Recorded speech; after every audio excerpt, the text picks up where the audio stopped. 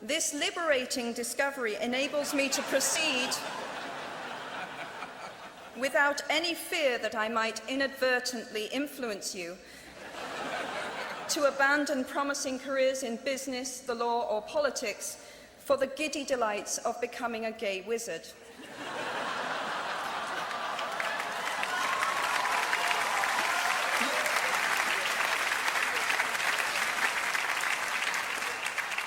You see, if all you remember in years to come is the gay wizard joke, I've come out ahead of Baroness Mary Warnock. Achievable goals, the first step to self-improvement. Actually, I have racked my mind and heart for what I ought to say to you today. I have asked myself what I wish I had known at my own graduation, and what important lessons I have learned in the 21 years that have expired between that day and this. I have come up with two answers. On this wonderful day when we are gathered together to celebrate your academic success, I have decided to talk to you about the benefits of failure. And as you stand on the threshold of what is sometimes called real life, I want to extol the crucial importance of imagination. These may seem quixotic or paradoxical choices, but bear with me. Looking back at the 21-year-old that I was at graduation is a slightly uncomfortable experience for the 42-year-old that she has become. Half my lifetime ago, I was striking an uneasy balance between the ambition I had for myself and what those closest to me expected of me. I was convinced that the only thing I wanted to do, ever, was write novels. However, my parents, both of whom came from impoverished backgrounds and neither of whom had been to college, took the view that my overactive imagination was an amusing personal quirk that would never pay a mortgage or secure a pension. I know the irony strikes with the force of a cartoon anvil now, but... So they hoped that I would take a vocational degree. I wanted to study English literature. A compromise was reached that in retrospect satisfied nobody, and I went up to study modern languages. Hardly had my parents' car rounded the corner at the end of the road than I ditched German and scuttled off down the classics corridor. I cannot remember telling my parents that I was studying classics. They might well have found out for the first time on graduation day. Of all the subjects on this planet, I think they would have been hard put to name one less useful than Greek mythology when it came to securing the keys to an executive bathroom. Now, I would like to make it clear in parenthesis that I do not blame my parents for their point of view. There is an expiry date on blaming your parents for steering you in the wrong direction.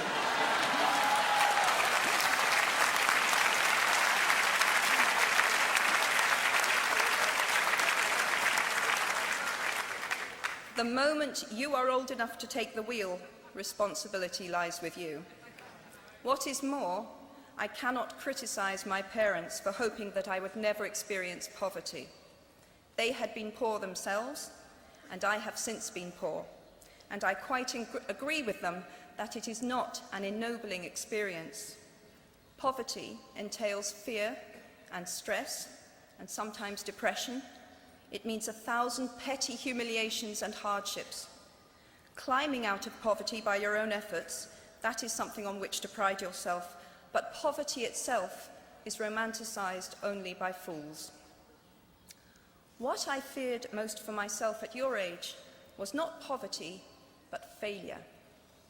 At your age, in spite of a distinct lack of motivation at university, where I had spent far too long in the coffee bar writing stories and far too little time at lectures, I had a knack for passing examinations, and that, for years, had been the measure of success in my life and that of my peers.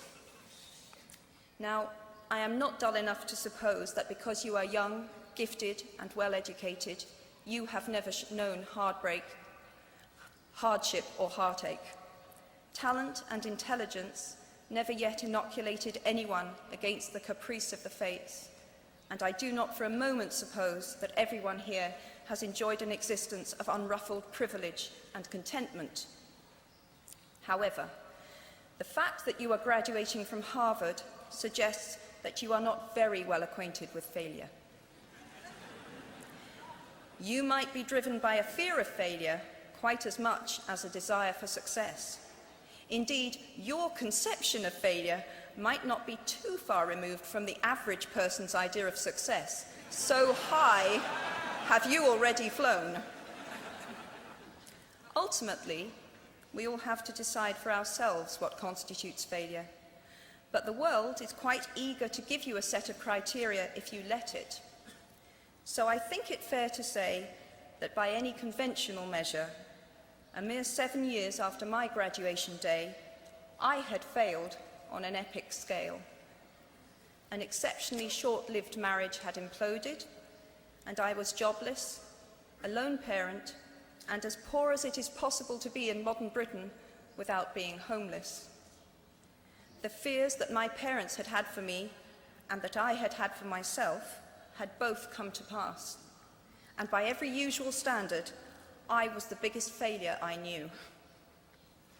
Now, I'm not going to stand here and tell you that failure is fun. That period of my life was a dark one, and I had no idea that there was going to be what the press has since represented as a kind of fairy tale resolution. I had no idea then how far the tunnel extended, and for a long time, any light at the end of it was a hope rather than a reality. So why do I talk about the benefits of failure? Simply because failure meant a stripping away of the inessential. I stopped pretending to myself that I was anything other than what I was, and began to direct all my energy into finishing the only work that mattered to me. Had I really succeeded at anything else, I might never have found the determination to succeed in the one arena where I believed I truly belonged. I was set free because my greatest fear had been realized, and I was still alive, and I still had a daughter whom I adored, and I had an old typewriter and a big idea. And so rock bottom became the solid foundation on which I rebuilt my life. You might never fail on the scale I did, but some failure in life is inevitable. It is impossible to live without failing at something, unless you live so cautiously that you might as well not have lived at all, in which case you fail by default. Failure gave me an inner security that I had never attained by passing examinations. Failure taught me things about myself that I could have learned no other way. I discovered that I had a strong will and more discipline than I had suspected. I also found out that I had friends whose value was truly above the price of rubies. The knowledge that you have emerged wiser and stronger from setbacks means that you are, ever after, secure in your ability to survive. You will never truly know yourself or the strength of your relationships until both have been tested by adversity. Such knowledge is a true gift, for all that it is painfully won, and it has been worth more than any qualification I ever earned. So given a time turner, I would tell my 21-year-old self that personal happiness lies in knowing that life is not a checklist of acquisition or achievement. Your qualifications, your CV, are not your life, though you will meet many people of my age and older who confuse the two. Life is difficult and complicated and beyond anyone's total control, and the humility to know that will enable you to survive its vicissitudes. Now, you might think that I chose my second theme, the importance of imagination, because of the part it played in rebuilding my life, but that is not wholly so. Though I personally will defend the value of bedtime stories to my last gasp, I have learnt to value imagination in a much broader sense. Imagination is not only the uniquely human capacity to envision that which is not, and therefore the fount of all invention and innovation. In its arguably most transformative and revelatory capacity, It is the power that enables us to empathize with humans whose experiences we have never shared. One of the greatest formative experiences of my life preceded Harry Potter, though it informed much of what I subsequently wrote in those books. This revelation came in the form of one of my earliest day jobs. Though I was sloping off to write stories during my lunch hours, I paid the rent in my early 20s by working at the African Research Department of Amnesty International's headquarters in London. There in my little office, I read hastily scribbled letters smuggled out of totalitarian regimes by men and women who were risking imprisonment to inform the outside world of what was happening to them. I saw photographs of those who had disappeared without trace, sent to Amnesty by their desperate families and friends. I read the testimony of torture victims and saw pictures of their injuries. I opened handwritten, eyewitness accounts of summary trials and executions, of kidnappings and rapes. Many of my co-workers were ex-political prisoners, people who had been displaced from their homes or fled into exile because they had the temerity to speak against their governments. Visitors to our offices included those who had come to give information or to try and find out what had happened to those they had left behind. I shall never forget the African torture victim, a young man no older than I was at the time, who had become mentally ill after all he had endured in his homeland.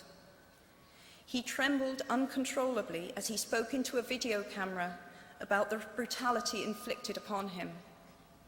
He was a foot taller than I was and seemed as fragile as a child. I was given the job of escorting him back to the underground station afterwards, and this man, whose life had been shattered by cruelty, took my hand with exquisite courtesy and wished me future happiness. And as long as I live, I shall remember walking along an empty corridor and suddenly hearing, from behind a closed door, a scream of pain and horror such as I have never heard since. The door opened, and the researcher poked out her head and told me to run and make a hot drink for the young man sitting with her.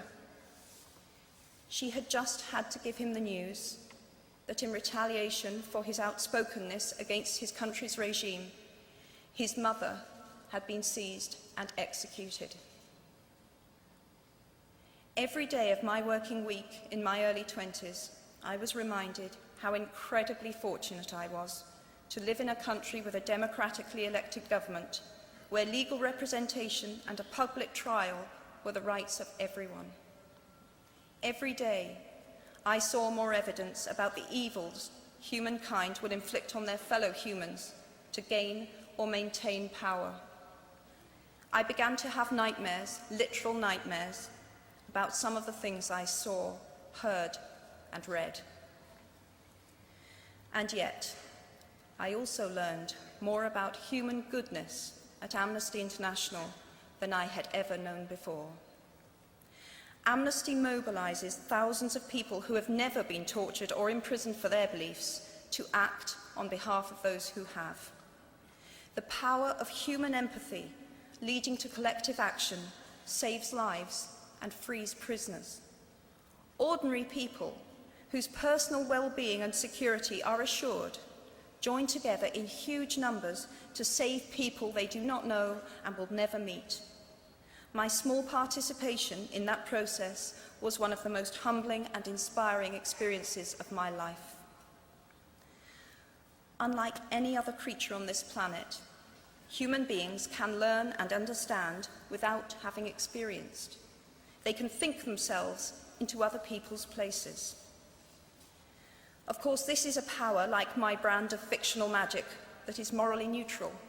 One might use such an ability to manipulate or control just as much as to understand or sympathize.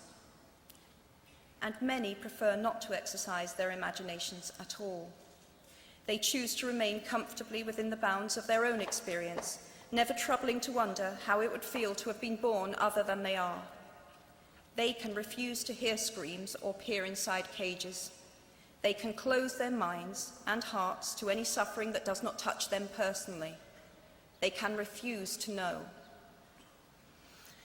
I might be tempted to envy people who can live that way, except that I do not think they have any fewer nightmares than I do. Choosing to live in narrow spaces leads to a form of mental agoraphobia, and that brings its own terrors. I think the willfully unimaginative see more monsters. They are often more afraid. What is more, those who choose not to empathize enable real monsters, for without ever committing an act of outright evil ourselves, we collude with it through our own apathy. One of the many things I learned at the end of that classics corridor down which I ventured at the age of 18 in search of something I could not then define was this, written by the Greek author Plutarch: "What we achieve inwardly will change outer reality." That is an astonishing statement, and yet proven 1,000 times every day of our lives. It expresses in part our inescapable connection with the outside world, the fact that we touch other people's lives simply by existing. But how much more are you, Harvard graduates of 2008, likely to touch other people's lives? Your intelligence, your capacity for hard work, the education you have earned and received give you unique status and unique responsibilities. Even your nationality sets you apart. The great majority of you belong to the world's only remaining superpower. The way you vote, the way you live, the way you protest, the pressure you bring to bear on your government has an impact way beyond your borders. That is your privilege and your burden. If you choose to use your status and influence to raise your voice on behalf of those who have no voice, if you choose to identify not only with the powerful but with the powerless, if you retain the ability to imagine yourself into the lives of those who do not have your advantages, then it will not only be your proud families who celebrate your existence, but thousands and millions of people whose reality you have helped change. We do not need magic to transform our world. We carry all the power we need inside ourselves already. We have the power to imagine better. I am nearly finished. I have one last hope for you, which is something that I already had at 21. The friends with whom I sat on graduation day have been my friends for life. They are my children's godparents, the people to whom I've been able to turn in times of real trouble, people who have been kind enough not to sue me when I took their names for Death Eaters.